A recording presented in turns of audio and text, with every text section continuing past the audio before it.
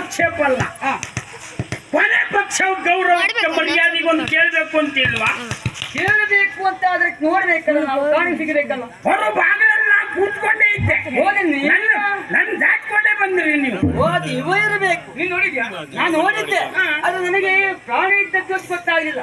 ದೊಡ್ಡದಾಗಿರುವಂತಹ ಕರಿ ಗಂಟೆಗೆ ದಾರಿ ಸೂಚಕವಾಗಿ ಅರ್ಜೆಂಟಾಗಿ ಎರೆ ಹಾಕಿರ್ತಾರಲ್ಲ, ಹಾಕವರು ಕಪ್ಪಿ ಉದ್ದುತ್ತ ಹಾಕಿದ್ದಾರೆ ಅಂತ ತಿಳ್ಕೊಂಡೆ. ತಿರುವಾದ ದಾರಿಯಲ್ಲಿ ಸೂಚಿ ಮಾರ್ಗಸೂಚಿಯಾಗಿ ಬಂಡೆಗಲ್ಲಿಗೆ ಅಡ್ಡಟ್ಟಿಗೆ ಎಳೆದಿರ್ತಾರೆ. ಅದು ಯಾರು ತಪ್ಪಿ ಉದ್ದದ ಹೇಳ್ಬೇಕು ಅಂತ ತಿಳ್ಕೊಂಡೆ ನೀನು. ಏ ಹುಡುಗ, ನಿಂಗೆ ವಿಷಯ ಗೊತ್ತಿಲ್ಲ. ನಮ್ಮ ಜಾತಿ ನನ್ನ ಚಂದ ಯಾರು ಇಲ್ಲ. ಅಲ್ಲ ವಿಷಯ ಹೌದು. ಇದು ಚಂದ ಅಂತ ಆದ್ರೆ ಇದಕ್ಕಿಂತಲೂ ಬೇರೆ ಇನ್ನು ಹೇಗಿರ್ಬಹುದು? ಮತ್ತೆ ಬೇರೆ ಇದು ಹೀಗೆ ಉಂಟಲ್ಲ, ಹಾಗಲ್ಲ. ಇದು ಚಂದ ಅಂತ ಹೇಳಿದ್ರೆ ನಾವು ರಕ್ಕಸರು. ಮತ್ತೆ ನಿಮ್ಗೆ ವಿಷಯ ಗೊತ್ತಿಲ್ಲ ಮಾತಾಡಬೇಡಿ.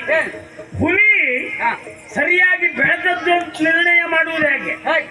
ಅಳತೆ ಮಾಡ್ತಾರೆ 16 ಮೆಟ್ಟು ಹೀಗೆ. ಹಾಗೆ ದನ ಸರಿ ಬೆಳೆದದ್ದು ಅಂತ ನಿರ್ಣಯ ಮಾಡುವುದು ಹೇಗೆ? 2 ಹಲ್ಲು 4 ಹಲ್ಲು ಹೆಚ್ಚಾದಾಗೂ ವಯಸ್ಸಾಗಿದೆ, ಬೆಳವಣಿಗೆ ಸರಿಯಾಗಿದೆ ಅಂತ ಅರ್ಥ.